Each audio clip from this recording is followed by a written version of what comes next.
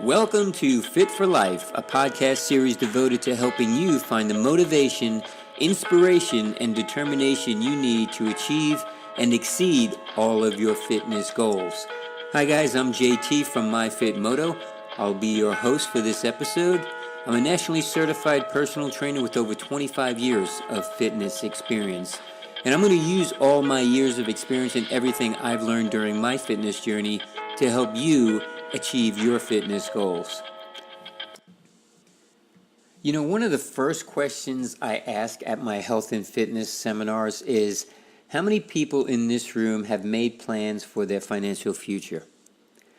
And usually more than half the people in the room raise their hand. I follow that up with my next question. Now, how many people in this room have made plans for their future health? Now, usually there's a lot less hands raised. Usually less than a third of the people in the room raise their hand. So why is that? So that's going to be the topic of today's podcast, is investing in your future health. Because most people simply don't think or know how to prepare for their future health. Many assume that they will just figure it out along the way. But when the time comes, they might look back and realize they have not invested the proper amount of time and energy into doing what is necessary to live a healthy life. And trust me, it becomes much more challenging. Now, it's not impossible, but definitely much more challenging to make healthy lifestyle adjustments later in life. And unfortunately, many people are not up to that challenge. So the focus of today's podcast is going to be investing in your future health. And what does that mean in terms of your diet and nutrition? What does that mean in terms of a training program? In terms of exercise consistency, recovery? What does that mean in terms of your lifestyle and potential changes to your current lifestyle? And finally, is investing in your future health worth it? Are all those things I mentioned earlier worth your time, energy, and effort? Are you going to get the return on investment that you want in order to make it all worthwhile? That's what we're going to talk about today, so let's get right into it. So there's really no doubt that we live in a materialistic world. I mean, really, just look around your home and take an inventory of all the things you have accumulated over time. Now, the majority of us, and I'm including myself in this group, focus a significant amount of our time and energy on acquiring possessions like a big home, expensive car, a high price, or other high priced materialistic items. The pursuit of such pedestrian things usually determines how we spend our valuable time and focus our energy. But unfortunately, once we acquire many of these things, we simply get bored with them.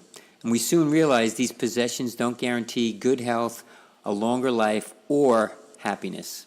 In fact, a lot of those things often create the opposite effect, and sometimes even help bring into focus what is really our most valuable possession, which is our good health.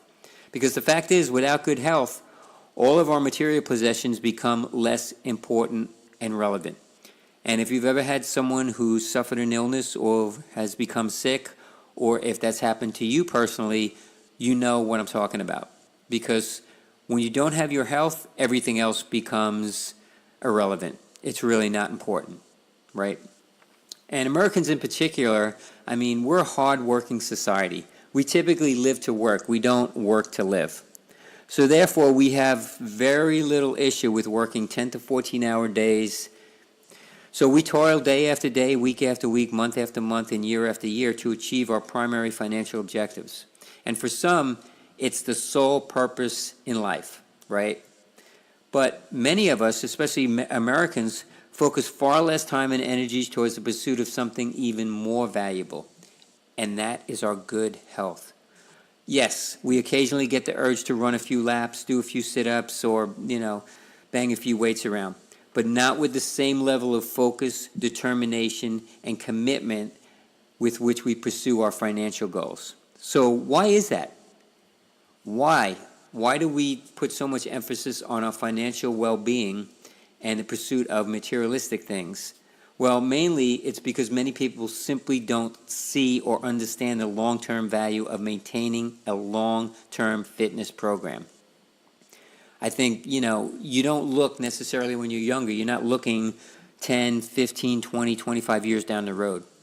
You're kind of living in the immediate moment, so you said, oh, I'll figure that out as I get into my 30s or my 40s. Well, sometimes that's too late for some people.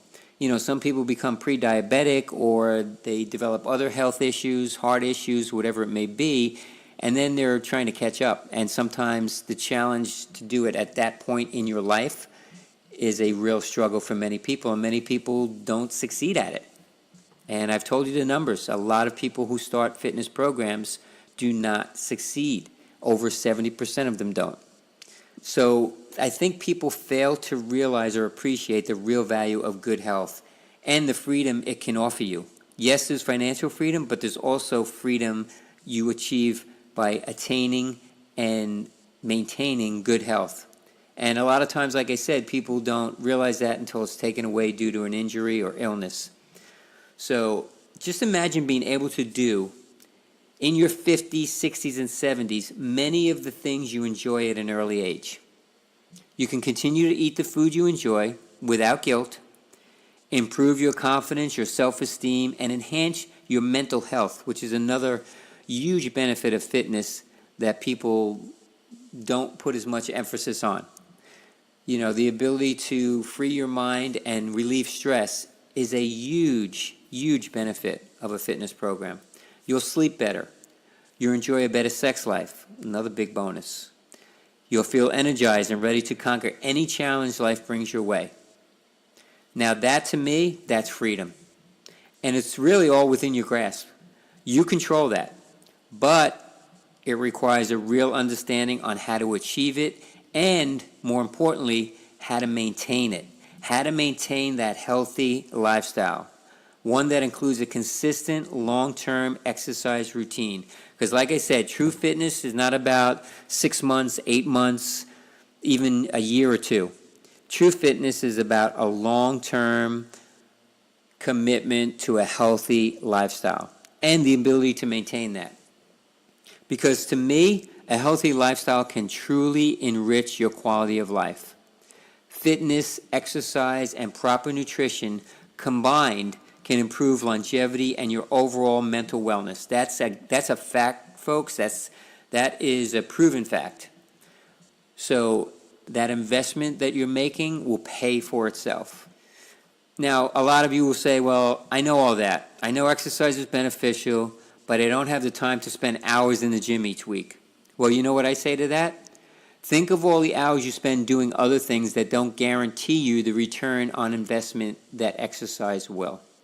Things like playing video games, binge watching TV shows, or just laying around doing nothing. Now, you can't tell me that those things are going to give you a better return on investment than exercise. Now, I'm not saying they're necessarily bad if you can fit them in without sacrificing your exercise program, but they're definitely not going to give you the return on investment that consistent exercise will. That's just a fact. Because what it really comes down to is making exercise a priority in your life. Because let's face it, we all find the time to do the things we feel are important for us to do, right? We all find the time to do things we feel are important to us. Well, what's more important than contributing to your good health and well-being? The simple answer is nothing. There's nothing more important. So, let me discuss the 3 components of a successful fitness program. Now, a lot of you probably already know this, but I want to review it anyway, okay? Because achieving long-term sustainable fitness, it presents a lot of challenges, even for the most ardent fitness enthusiasts like myself. And unless you've gone through it or experienced it, it's hard to understand what those challenges are and how to overcome them. But I can tell you from my many years of experience, without the 3 essential components of fitness, proper nutrition, proper training technique, and the right motivation, you are not going to succeed, right? And everybody's motivation is going to be different, especially starting out and then as you get further into your program. Now, I want you to check out one of our other podcasts, which is called Finding Your Fitness Why. It talks all about your reason for training, your reason for your fitness program, and the motivation behind that. So those things that I just mentioned, nutrition, proper training, and motivation, each component is vital to achieving overall sustainable, that's key, sustainable fitness success. So let's talk about each one individually, okay? Let's talk about nutrition first. Fueling your fitness. I've talked about this a lot, okay? Fueling your fitness. So if you're considering or just starting your fitness program, this important advice will increase your chances of achieving early success. Trust me, I've worked with many clients, I've counseled many people, I've encountered many people within the fitness community, and the one thing I've learned over the years and through all my interactions is how important it is to align your nutrition with your training and your recovery. It is vital to achieving results and overall long-term fitness success. It's really important to fuel your fitness. So many people starting a fitness program lack the knowledge and understanding that nutrition is as important to your fitness success as your actual training. So what I tell people is 75% of what you do outside of the gym affects 100% of your ability to perform in the gym and your overall results. Okay, I'm going to say it again. 75% of what you do outside of the gym affects 100% of your ability to perform in the gym and impacts your overall results. Because nutrition is a huge part of the equation. In order to train properly, recover from training, and achieve maximum results, you must be properly fueled.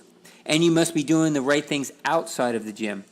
You know, I see and encounter clients who, they're initially will come to me for weight loss or to tone or to add more lean muscle. Well, if they're working with me 3 or even 4 days a week, but on those off days, they're not eating right, not getting enough rest, or not doing the proper things to complement their program, well, then their training results are going to be severely diminished. And that's what a lot of people don't understand. I mean, think about it this way. There are 168 hours in a week.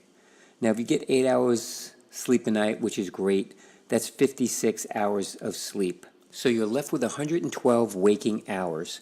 So if you're training 3 days a week for an hour, let's say even an hour and a half, that's 4.5 hours out of that 112. So you can see what I'm talking about. There's so many hours spent outside of the gym that if you're not doing the right thing, you're not eating the right foods, getting the right amount of rest, and complementing your training, you're not going to get the results you want, period. It's just a fact. So you got to do the right stuff outside the gym. And going into a training session without the proper nutritional fuel in your tank is similar to leaving your house with your phone on 10% and no charger, right? Think about that, right? You're going to go outside your house in the morning, your phone's on 10%, you don't have a charger with you, you're not going to be able to borrow one. What's going to happen at some point throughout the day, right? You're going to try to be productive, you're going to try to do some things, you might, if depending on your type of work, you use your phone a lot, it's going to crap out on you at some point, and probably at the time you need it the most. And that's what happens with your fitness training when you go into a session without being properly fueled. Because if you're expecting it, like the phone scenario, if you're expecting it to last the whole day, it's not going to happen. And like I said, just when you need it the most, both your body and your phone will quit on you because they are completely drained. So let me just give you a brief, and I don't want to go into too much scientific detail on this, okay, about what happens with regard to energy and your workout. So glycogen is the chief carb storage material, right? Glycogen, right? Carbohydrates converted into glycogen. It's formed by the liver and stored in your liver and your muscles. And glycogen serves as an available energy source once it's converted to glucose, which becomes fuel for your body during vigorous and continuous exercise, okay? So your level of energy entering a training session is directly related to the amount of glycogen stored in your system prior to your training. So what that means is if you're low or insufficient in terms of your glycogen levels prior to training, It's going to have a direct and detrimental effect on your ability to train effectively and achieve maximum results. So that's where a lot of people miss the correlation, right? Because if you're not putting max effort in and you're not able to exert yourself accordingly to achieve some of the things you're trying to achieve in your workout, you're not going to get the results that you expect or want. And then once results start to wane or they start to diminish, that's when people bail. Time commitment is another one. It's another challenge, but we'll talk about that in a little bit. So what that means is in order to train effectively, you have to be properly fueled entering your training session. If you're not, your body will just respond accordingly. Insufficient fuel prior to a workout will soon have you feeling tired, lethargic, and uninspired to push your training to a higher level. So don't make the same mistake many do. Fuel your fitness. Make sure you are getting the proper amount of nutrients prior to your training. What's right for you in terms of nutrition depends on the level, duration, and intensity of your training. And those things should all align with your overall fitness goals. So fueling your training is just half of the equation. Feeding your recovery is the other half of that, okay? Because I can tell you, achieving maximum results not only requires you to fuel your training, it also requires you to feed your recovery. Proper nutrition after your training is as important as your pre-workout nutrition. Now, getting both right and aligned will significantly improve your chances of success. Because after completing a good training session, your body needs the proper nutrients to repair the damage you inflicted on it during your training, right? And depending on your training objectives and fitness goals, usually some form of a quickly absorbed protein is the ticket. That's what your body needs, right? I mean, meals take longer to process into your system depending on what type of meal it is. So that's why most people recommend, or you'll see people taking a post-workout shake, because the absorption is a lot quicker, gets into your system and into your muscles a lot quicker, and will help fuel your recovery. And that recovery nutrition, that should be consumed within 60 to 90 minutes after your training session ends. That's in order, that's to optimize the protein synthesis. That's the window when your muscles are most receptive to protein for muscle building. So, like I mentioned, getting your pre and post nutrition right will go a long way towards helping you achieve the results you want and the results you expect. And as your training advances and you build more consistency into your program, you can experiment with intra-workout nutrition, which can also enhance your results even further. But make sure you have your pre- and post-workout nutrition nailed down before you start experimenting with any intra-workout nutrition. Okay, so the next thing I want to talk about is training smarter so you can train harder. Now, you've probably heard this training philosophy before: no pain, no gain. Now, to me, honestly, that training philosophy, that's as outdated as the flip phone. Yet I still see a lot of people, especially younger people, who still believe that you can't achieve maximum results unless you're absolutely torturing your body in the gym. Because some of the stuff I see makes me wonder, okay, what's the end goal? What's the end game? What are we trying to accomplish here? Now, I'm not saying there's not some merit to pushing your body beyond your perceived mental limitations, but you also need to consider your training ROI. And your training ROI is your training risk of injury.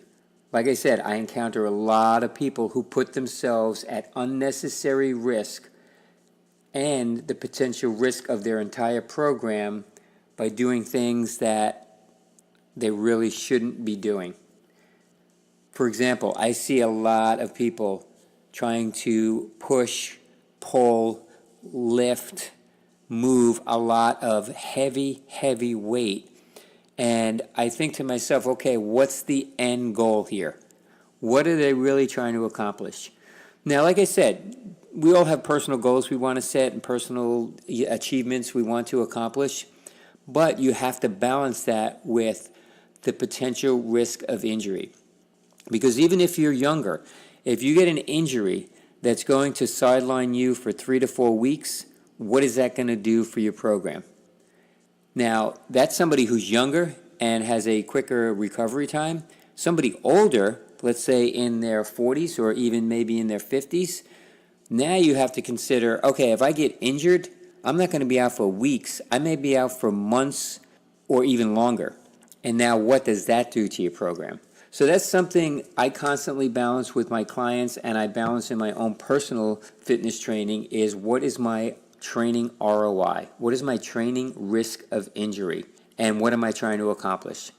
The other two things to consider when talking about training ROI is proper training technique and overtraining. Two other things that I see a lot of in my encounters with people within the fitness community.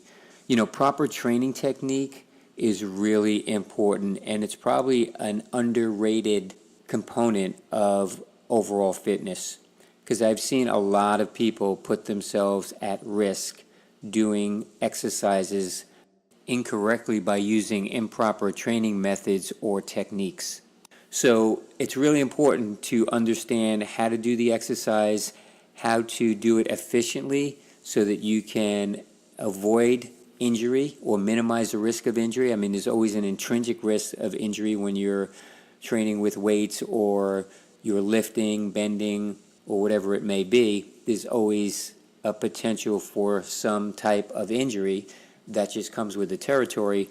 So to minimize that and to reduce the chances of that, you want to make sure that you're doing the exercises the right way and using the proper technique. And like I said, I see a lot of people in the gym that are not informed, or they just kind of learned it the wrong way, they were taught the wrong way, and they continue to run or increase their risk of potential injury and potentially put their whole program in jeopardy. As an example, I see a lot of people perform a two-handed rope tricep press on the cable machine in a way that definitely increases the potential risk of injury because of where they position the cable when starting the exercise. What I've observed is people positioning the cable at waist height or lower. And what this does is increase the potential risk of injury to your lower back. Because in order to set that weight back down after you fatigue your muscles, you have to twist or contort your back in a way that increases the potential risk of injury. I've seen it hundreds of times. I've seen people do this. Now, the better way to do this, and the way we've demonstrated it on our Instagram account, is to set the position of the cable at just below shoulder height, so that when you're starting that exercise, there's little, if any, tension on your arms, and the plates are still touching and are in the starting position. That's where you want to be. That's where you want to start. And then when you start the exercise, you lean forward slightly so that you begin the tricep press, so that when you're done, you simply lean back and the plate rests back in the starting position, instead of twisting, contorting, turning your back in a position that, again, exposes it to injury. If you're doing a lighter weight, maybe that's not as much of an issue, but I've seen people with a significant amount of weight on that cable machine trying to do that exercise improperly and in a way, like I said, that could potentially cause injury to their upper or lower back and put them out of commission for weeks and potentially months. So the point here really is about proper training technique. Make sure that what you're doing and how you're doing it is the proper way to do it, so you can avoid or minimize your risk of injury and potentially risking your program. Another thing I want to touch on briefly is overtraining. It's another thing I see quite often and that I encounter in my interactions within the fitness community. Now, I get it. We all want to give 100%. We all want to go full out with regard to our training and our workouts. But there is a point of diminishing returns when it comes to fitness and training. And if you reach that point, you're actually doing more harm than good. Because if you've reached the point where you're becoming catabolic, where you're basically using your muscles for fuel, you're contradicting and counteracting the things that you're trying to accomplish. which essentially is to build lean muscle or to add muscle bulk, whatever it may be. If you're to the point where you've been training excessively and not giving your body the proper amount of recovery, well, then you're defeating your intended purpose. So just something to be aware of, and that really comes with experience and knowing your body, but it also speaks to what we talked about earlier about fueling your fitness and making sure that you're properly fueled going into a workout so that you can push yourself as hard as you need to during that time frame and then back off and get the required recovery time as well. Now, all that said, I believe that if you fuel your fitness, train properly, use the right exercise technique, allow sufficient time for recovery, that you can avoid or minimize a lot of the injury risk. Okay? Now, I will admit there's a fine line between listening to your body and pushing beyond your perceived limits to achieve higher levels of fitness. I get it. I understand that. I've been there, done that myself. So I understand that. But just keep in mind your fitness ROI, your training ROI. What is my potential risk of injury if I push myself to a certain point? And what's my end goal? What am I trying to accomplish here? Time and experience will be your best resource for determining when and how far you can push your body before it breaks. Like I said, we all know our body the best, right? So you might have a trainer that's pushing you, and that's his job to some degree, but you also have to know what your limitations are, okay, and when you need to tap out potentially. Now, I'm not saying that you do it, at the first sign of fatigue or the first sign of stress or the first time, you're straining your muscles to do something, because that's all part of working out, right? It's not easy. You never see a lot of smiling faces when people are working out. They're tired, they're exhausted, they're pushing their physical limits. So that's the fine line I'm talking about. And you have to kind of know what that is and where yours is. And like I said, time and experience are probably your best gauges for understanding that. So before you start stacking on those additional plates, doing those additional reps or sets, you need to understand what you're trying to accomplish with your training and with your fitness program. Again, just consider your fitness ROI and understand why you're training and what are your fitness objectives, because that will help define how you should train and the methods and training techniques that you should use as part of your program. So ask yourself these two questions. What is my training end goal, and what is my potential risk of injury to achieve that end goal? The answer to those two questions should help you clarify your training and help you understand if the risk is worth the reward. The last thing I want to talk about is motivation and consistency equaling results.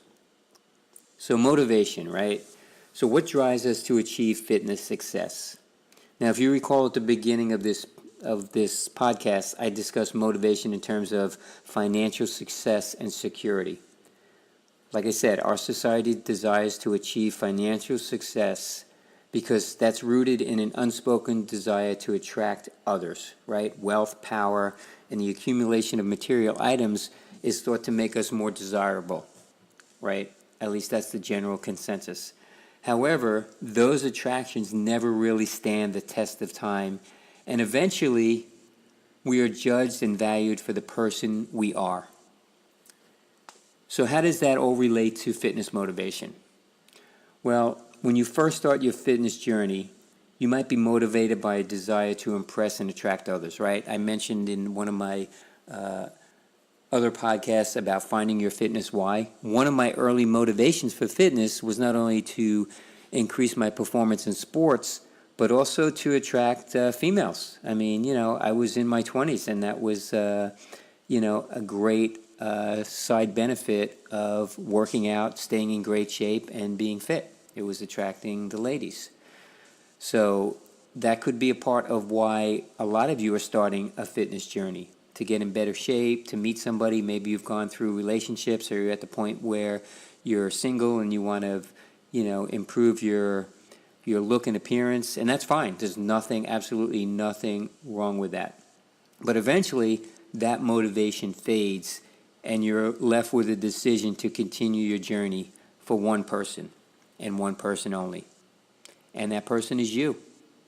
So when your fitness program is driven by intrinsic motivation, which is a desire to engage in a behavior that is satisfying, then training, exercise, and the consistency required to achieve and sustain long-term results becomes much easier, right? Because we become intrinsically motivated. So we're doing it for ourselves. We're continuing with the journey to do it for ourselves. And whether that's improving our health or just the way it makes us feel, it's just about us at this point. And that's a great place to be, because that motivation will drive you and allow you to maintain consistency over a long period of time. And like I've mentioned on many occasions, that's the ultimate goal of any fitness program, is long-term fitness longevity. Now, I'm not saying every training day is easy, far from that. Nor am I saying achieving long-term sustainable fitness is easy. If you've heard anything I've said in the past, you know that that's not true. I understand achieving long-term sustainable fitness is not an easy thing to do. There are certain days that are better than others, but it's a real challenge. It presents a lot of challenges. From a time and effort standpoint, there are a lot of things to overcome. But many people can do it, and so can you. So what I'm saying is, once you start training for yourself, everything else falls into place. Your fitness goals and objectives become more defined, more clear, and you remain motivated and inspired by the idea that you are investing in something that will improve your health and well-being and pay guaranteed dividends now and in the future. Now, I say this a lot in the things that I write and in the podcasts that I do and in the seminars that I conduct. There are no shortcuts to true fitness. If there were, I would have been using them a long time ago, trust me. So I hope this advice and the things that I share with you from my experience and my journey help you achieve success in your fitness journey. Guys, I'm JT from MyFitMoto. It's been my pleasure to share some of my insights and experience with you. I hope you find them helpful. Please check out our other podcasts. If you have any questions, you can always reach me at johnmyfitmoto@gmail.com or through our website, myfitmoto.com, or via our Facebook or Instagram page. Once again, thanks for listening. And remember, whether you're just starting or continuing with your fitness journey, keep moving forward so you can get fit for life.